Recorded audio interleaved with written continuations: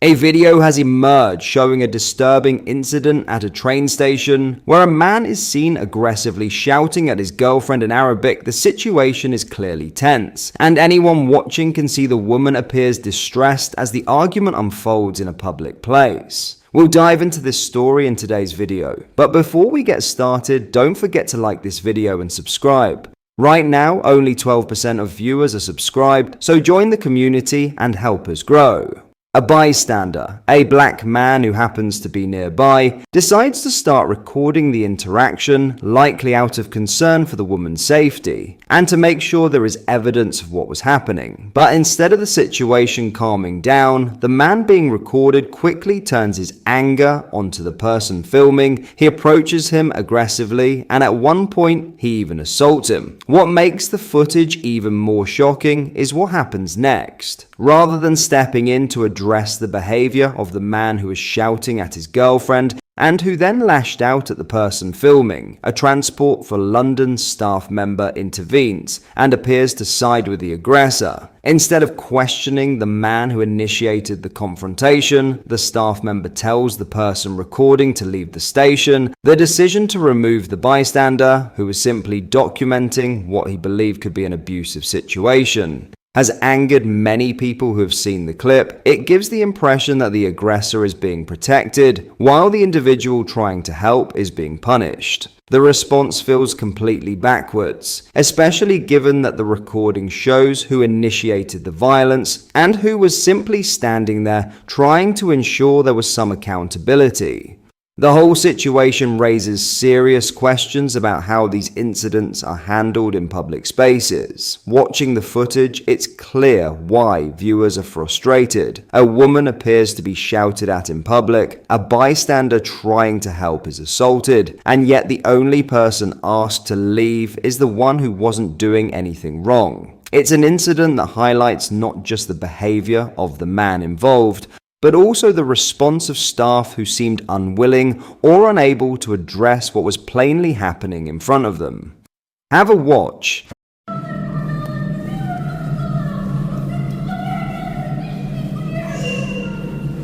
People keep telling us to please. No. Everyone.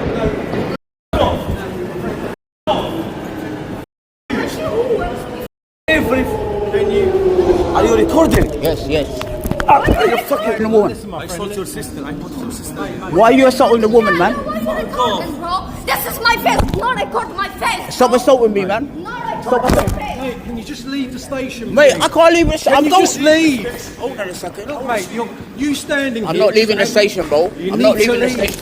Look, you're just causing more aggravation. I'm getting in the train, mate.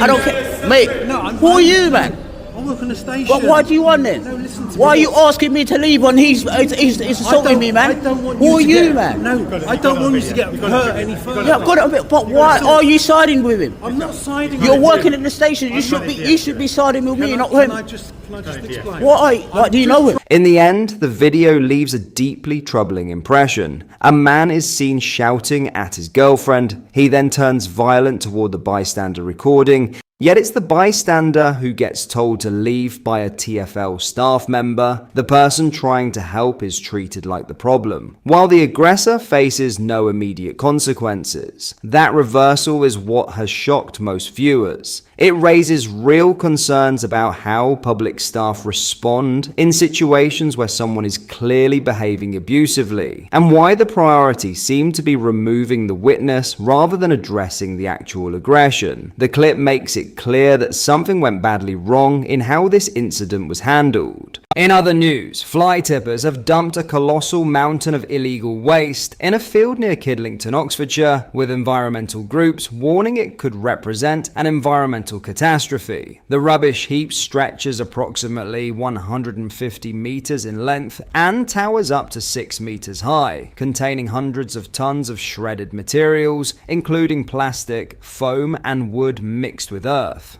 Local anglers first spotted the waste last month in the area near the River Cherwell as it encroached into the water. Callum Miller, Liberal Democrat MP for Bicester and Woodstock, told Parliament, "Criminals have dumped a mountain of illegal waste weighing hundreds of tons in my constituency on a floodplain adjacent to the River Cherwell." He continued, "River levels are rising and heat maps show that the waste is also heating up, raising the risk of fire. The Environment Agency said it has limited resources for enforcement. The estimated cost of removal is greater than the entire annual budget of the local district council," Mr. Miller despaired. Friends of the Thames Chief Executive Laura Reinecke condemned the illegal dumping as an environmental catastrophe unfolding in plain sight. A mountain of waste has been allowed to build up just meters from the River Cherwell, an illegal landfill sitting on the floodplain of one of our most important waterways. Every day that passes increases the risk of toxic runoff entering the river system, poisoning wildlife and threatening the health of the entire catchment. Ms. Reinecke claimed that no visible containment or mitigation measures appear to be in place. The Environment Agency must act now, not in months or years, which is their usual reaction time.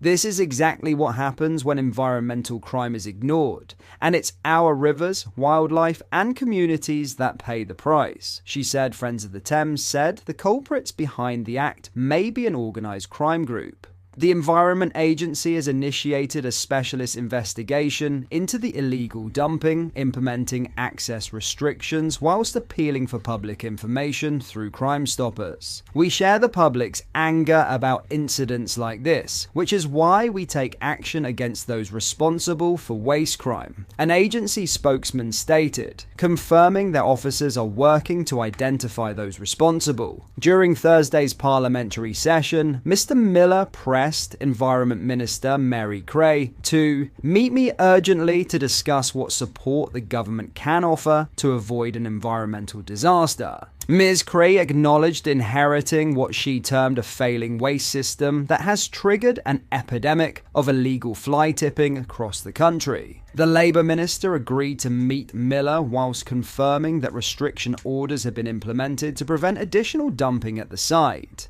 A teenager has been charged with murder after the death of a 17-year-old girl and the attempted murder of another woman. Police have confirmed Cameron Cheng, 18, a British national from Newbridge, Carefully County, has also been charged with possessing a bladed article in a public place. He will appear at Newport Magistrates Court on Monday. Armed police were called to a property in Cefn Forest in Blackwood, Wales at about 7:15 a.m. on Thursday after reports that two people had been seriously injured. Lainey Williams, 17, was pronounced dead at the scene after suffering from fatal wounds. A second woman, 38, sustained injuries. She has since been discharged from hospital. Specially trained officers continue to support the family. Assistant Chief Constable Vicky Townsend said, "We understand that there has been a great deal of interest in this investigation. It is vital that people consider how their language, especially comments made online, could affect our ability to bring anyone found to have committed a criminal offense to justice. Even though we've reached this significant development in the investigation, our inquiries continue, so it is likely that residents will continue to see officers in the area. So if anyone has any information, please speak to our officers or contact us in the usual way."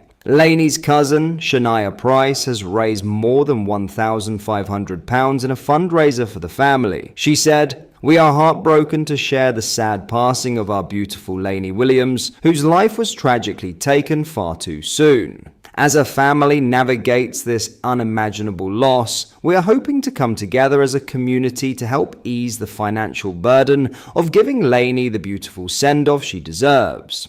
Cavan Forest Councillor Shane Williams said, "We are all deeply shocked and saddened by the events that have unfolded. As councillors, we'd like to do our best to reassure everyone, and our thoughts are with the family at this time. We are all hoping for a full recovery for the woman who was hospitalised. Something like this is highly unusual in this area, and I can understand if many residents are now frightened. When a young girl loses her life like that, it's quite horrendous. Justice for Lainey has been trending on platforms such as TikTok and Facebook as her friends turn social media pink in her memory. What are your thoughts on what we discussed in today's video? Let me know down in the comment section below. If you have not yet already, make sure you do drop a like on this video and subscribe to the channel for more British content. Thank you, take care, goodbye.